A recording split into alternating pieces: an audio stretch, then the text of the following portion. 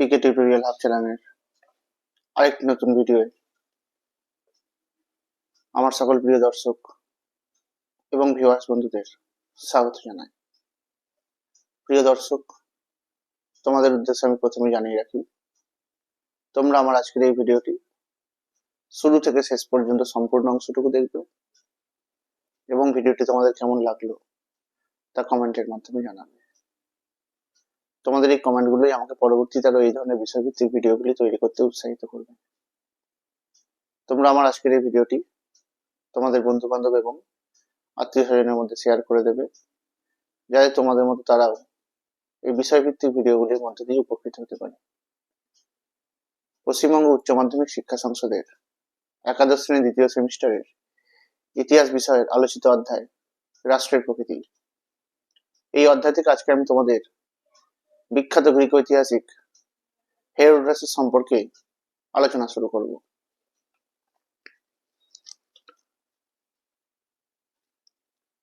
বিখ্যাত ঐতিহাসিক হেরোডোটাস, যিনি ছিলেন গ্রিসের ধ্রুপদী যুগের এক স্বনামধন্য ঐতিহাসিক, তিনি সরাসরি রাষ্ট্র দর্শন সম্পর্কে তার নিজস্ব মতামত ব্যক্ত করেননি, তবে তার ইতিহাস রচনার ধারা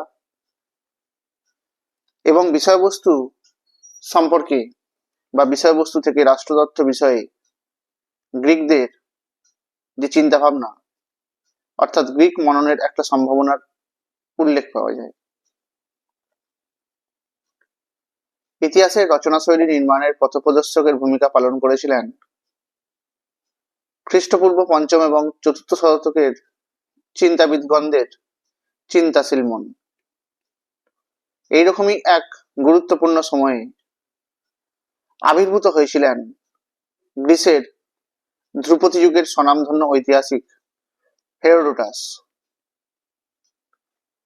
তাকে ইতিহাসের জনক বলে আখ্যা দিয়েছিলেন রোমান দার্শনিক সিসেরো।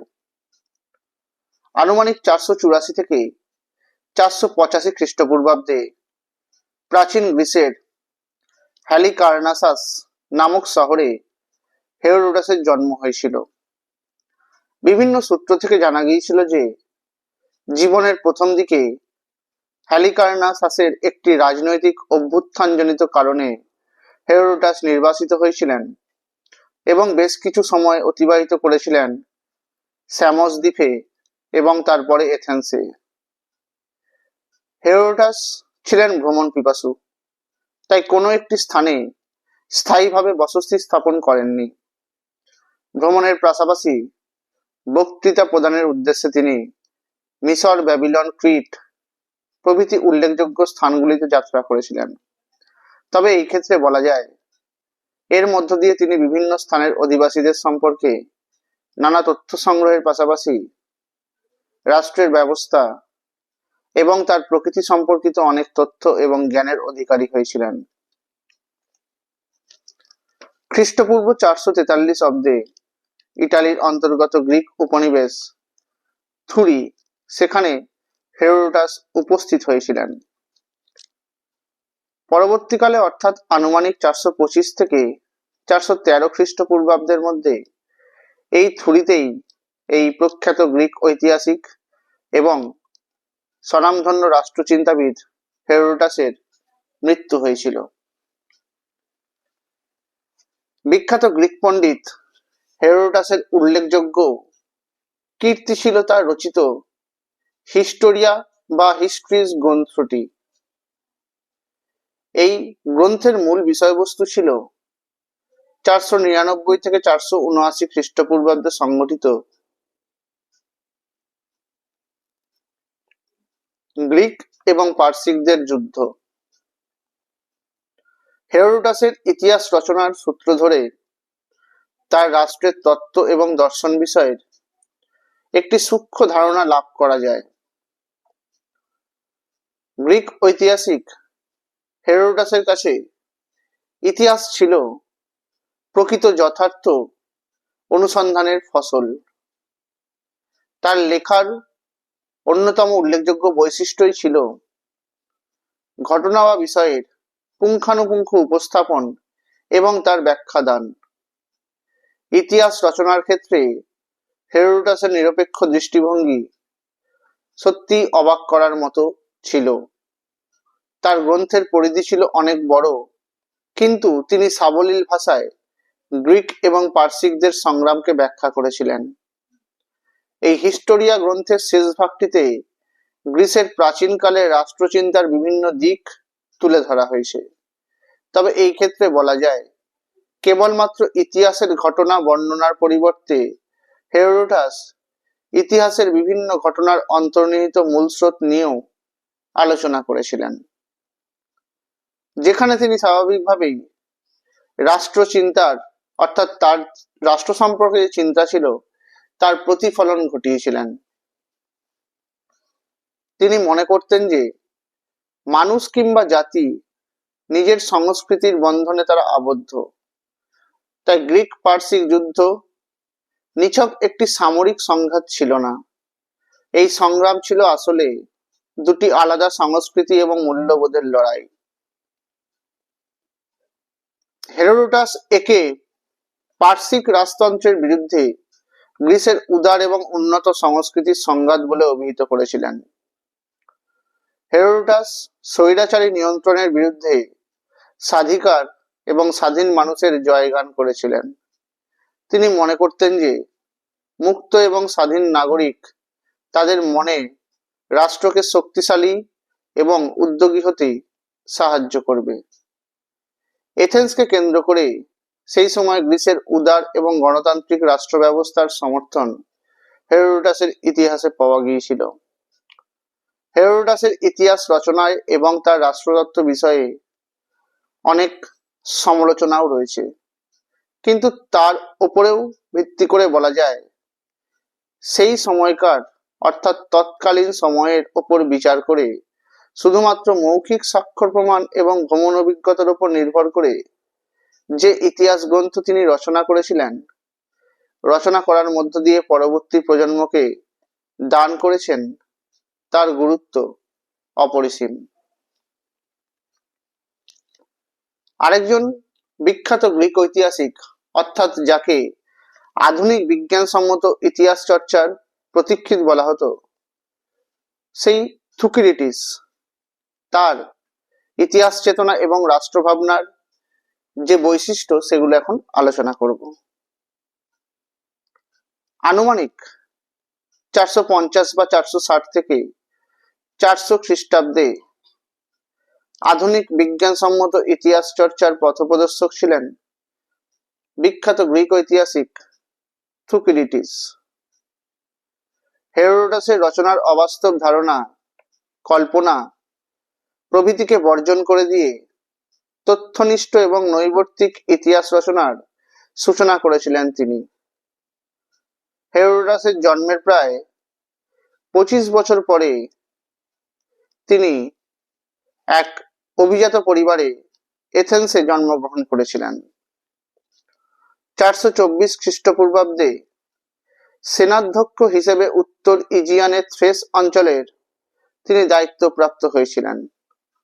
তবে পরবর্তীকালে সামরিক ব্যর্থতার জন্য তাকে এথেন্স থেকে নির্বাসিত করা হয়েছিল। থুকিডিডিস আনুমানিক 400 খ্রিস্টপূর্বাব্দে পৃথিবী ছেড়ে পরলোকে গমন করেছিলেন। তার বিখ্যাত গ্রন্থ পেলোপনেসীয় যুদ্ধের ইতিহাস, যার বিষয়বস্তুই ছিল এথেন্সের সঙ্গে স্পার্টার নেতৃত্বে গঠিত গ্রিক রাষ্ট্রজোটগুলির লড়াই, তিনি তার গ্রন্থ রচনার মধ্য দিয়ে মূলত তার ইতিহাস চেতনা এবং রাষ্ট্রভাবনার বৈশিষ্ট্যগুলোকে ফুটিয়ে তুলেছিলেন।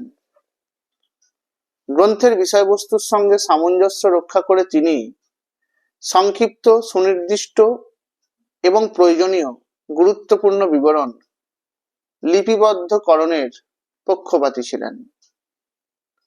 কিন্তু কোনো কোনো ক্ষেত্রে তিনি এমন ভাষা এবং অলংকার ব্যবহার করেছেন যার ফলে তার সেই রচনাশৈলী অকারণেই অনেকটাই কঠিন এবং সকলের পক্ষে বোধগম্য হওয়ার সমস্যার সৃষ্টি করেছে। ইতিহাস রচনা বা চেতনার দিক থেকে বললে বলা যায় কালানুক্রম মান্য করা অত্যন্ত গুরুত্বপূর্ণ দিক হিসেবে বিবেচনা করা হয়। আর থুকিডিডিসও তার এই গ্রন্থে কালানুক্রম অনুসারে বিভিন্ন ঐতিহাসিক ঘটনাবলীকে সাজানোর চেষ্টা করেছিলেন। তিনি ক্রমানুক্রম অনুযায়ী যুদ্ধের কাহিনী লিপিবদ্ধ করার বিষয়টি যে অক্ষরে অক্ষরে পালন করেছিলেন তা অবশ্যই প্রশংসার দাবি রাখে। তবে এক্ষেত্রে তিনি হেরোডোটাসের রচনারীতিকে অনুসরণ না করেই সম্পূর্ণ নতুনভাবে এবং এক কথায় বৈজ্ঞানিক পদ্ধতি অবলম্বনের দ্বারা ইতিহাস গ্রন্থ রচনা করেছিলেন। তার রচনা থেকে তার তথ্যনিষ্ঠতার পরিচয় পাওয়া যায়। তিনি শুধুমাত্র যুদ্ধ সংক্রান্ত ঘটনাবলীর পুঙ্খানুপুঙ্খ বর্ণনাই দেননি, নিজের ধারণা অনুযায়ী সত্যকে বিশ্লেষণ করে সেগুলিকে উপস্থাপিতও করেছিলেন। তাই আধুনিক গবেষক মহলে এই বিষয়টা নিয়ে বিতর্ক আছে। ইতিহাস চর্চায় বিজ্ঞানসম্মত দৃষ্টিভঙ্গির প্রয়োগ ছিল নিঃসন্দেহেই এক অন্যতম উল্লেখযোগ্য দিক। সুসংহত তথ্যের ব্যবহারের সঙ্গেই কার্যকরণ সম্পর্ক নির্ণয়ের যে চেষ্টা তা থুকিডিডিসের বিজ্ঞানসম্মত দৃষ্টিভঙ্গির পরিচয় বহন করেছিল। যুদ্ধের ঘটনার বিবরণ দেওয়ার সময় তিনি যেভাবে কাল অনুযায়ী অর্থাৎ কালের সময় মেনে গ্রন্থ রচনা করেছেন তা অবশ্যই প্রশংসার যোগ্য। আর এই প্রসঙ্গেই অনেক ঐতিহাসিক তার এই কার্যক্রমের সুনাম করেছিলেন।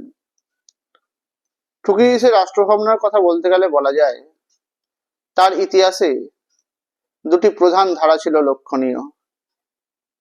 একদিকে ছিল নির্মোহভাবে ঘটনাবলীর বর্ণনার প্রবণতা এবং অপরদিকে নিরাসক্ত ভাবের আড়ালে সমকালীন ঘটনা এবং ব্যক্তির সম্পর্কে মত প্রকাশ। এদিক থেকে বিচার করলে তিনি নিজের সময়কালের রাষ্ট্র এবং সমাজের নানা ঘাত প্রতিঘাতের একজন প্রথম শ্রেণীর ভাষ্যকার ছিলেন একথা বলা যায়।